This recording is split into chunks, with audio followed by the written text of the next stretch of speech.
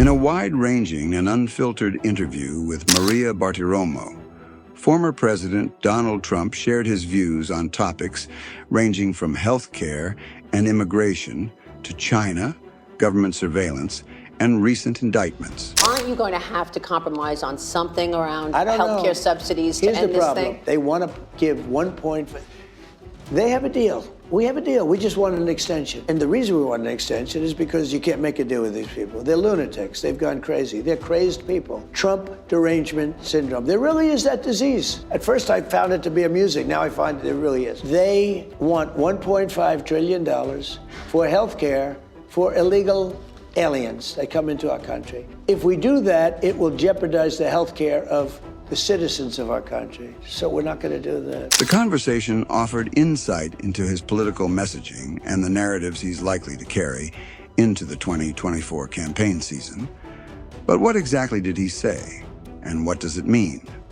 Let's begin with healthcare. Trump claims Democrats want to spend $1.5 trillion on healthcare for undocumented immigrants. He frames this as a direct threat to the care available for U.S. citizens, saying, if we do that, it will jeopardize the health care of the citizens of our country. While this claim is bold, the figure he cites isn't tied to any specific active legislation. In fact, it's likely an exaggerated projection based on broader Democratic immigration and health care proposals. Still, Trump positions this idea as proof that he's unwilling to compromise, accusing Democrats of suffering from what he calls Trump derangement syndrome, and labeling them, in his words, lunatics.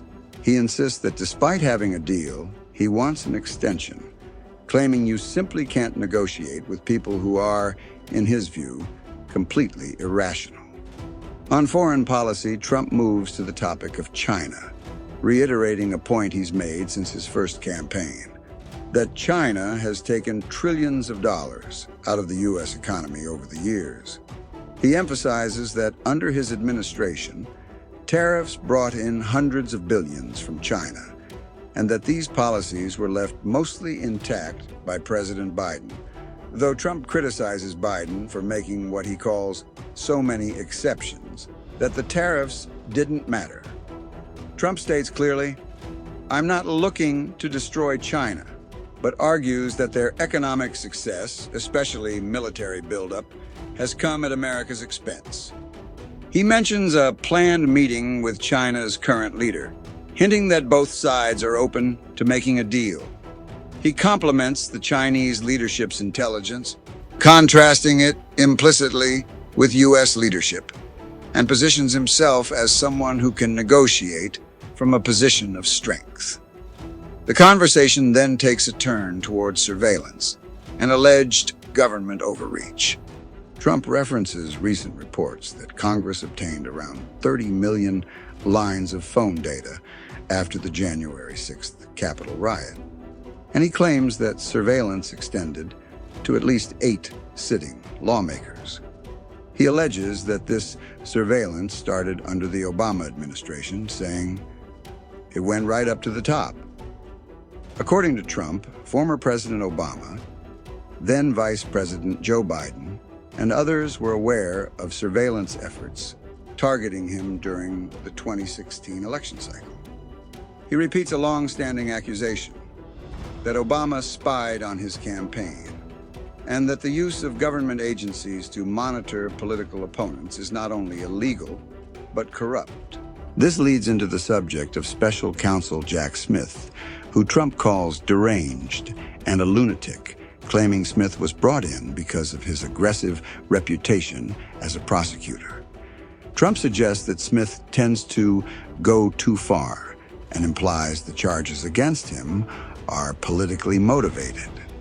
He also reflects on the FBI raid of Mar-a-Lago. Trump says agents were likely searching for a report that could be damaging to their political interests, possibly referring to documents related to the Russia collusion investigation. He insists he did nothing wrong and that, under the Presidential Records Act, he had the right to retain the materials found at his estate. He points out that only a sitting president, not a vice president, holds that legal authority, taking an indirect jab at President Biden, who has also faced scrutiny over classified documents. Trump then turns to John Bolton, his former national security advisor, whom he says has just been indicted.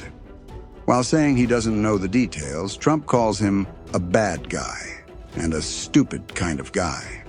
Still, he admits that Bolton's presence helped during international negotiations. In a moment that mixes criticism with backhanded praise, Trump recalls how world leaders like Putin or Kim Jong-un would give up everything when they saw Bolton in the room, because, as Trump puts it, they thought it meant war.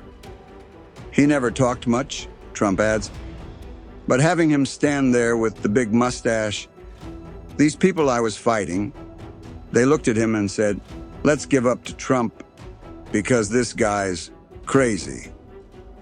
Despite this, Trump reaffirms that Bolton is, in his view, a bad actor and says, let the courts decide.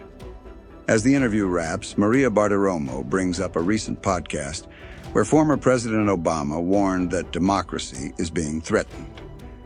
Trump fires back, saying Obama says that all the time, but insists Obama is the one who actually endangered democracy by, as Trump claims, illegally spying on his campaign. He calls Obama's actions dishonest and expresses confidence that a lot of dishonest people will eventually be caught and held accountable. The interview makes one thing clear. Trump remains committed to narratives that cast him as the target of political persecution. As a strong leader on foreign affairs, and as the only person who can correct what he sees as deep institutional corruption. Whether you agree with him or not, these are the talking points that continue to define his public messaging and the 2024 campaign landscape. What do you think? Are these claims grounded, exaggerated, or something in between? Let us know in the comments, and don't forget to like and subscribe for more breakdowns and analysis. Thanks for watching.